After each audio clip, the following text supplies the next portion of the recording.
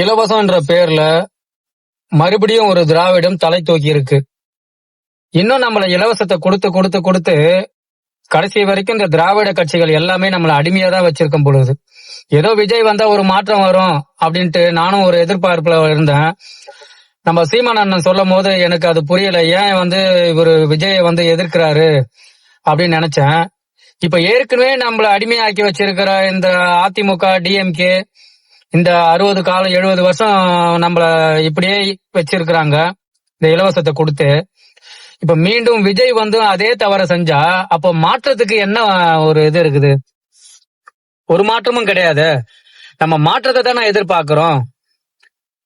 வெறும் முகத்தை மட்டுமா மாற்றம் நினைக்கிறோம்? ஒரு விஜய் வந்தா இலவசத்தெல்லாம் எதிர்த்தாருல, அவரே சொன்னார்ல, இலவச பஸ் யாருக்குங்க வேணும் இலவசம் அப்படின்னு அவரே பேசினாரு மேடையில. இப்ப அவர் பேச்சு அவரே மறந்துட்டு இப்ப இலவசம் கொடுக்கறாருன்னா இப்போ பின்னாடி யாரோ இவரை இயக்குறாங்கன்றது தானே அர்த்தம். இவருக்கு கஜானாவில பணம் இருக்கா இல்லையான்னு கூட தெரியாது. இவர் இஷ்டத்துக்கு வாயில சினிமால கொடுக்குற டயலாக் மாதிரி பேசிட்டே போயிட்டே இருக்கிறாரு. எனக்கு வாக்குறுதி கொடுக்கறது இது போலியான வாக்குறுதி. இதை நம்பி யாரும் ஓட்டு போடுறத தவிர்க்கணும். நம்ம தமிழ்நாட்டுல தமிழன் தான் சிஎம்மா இருக்கணும்.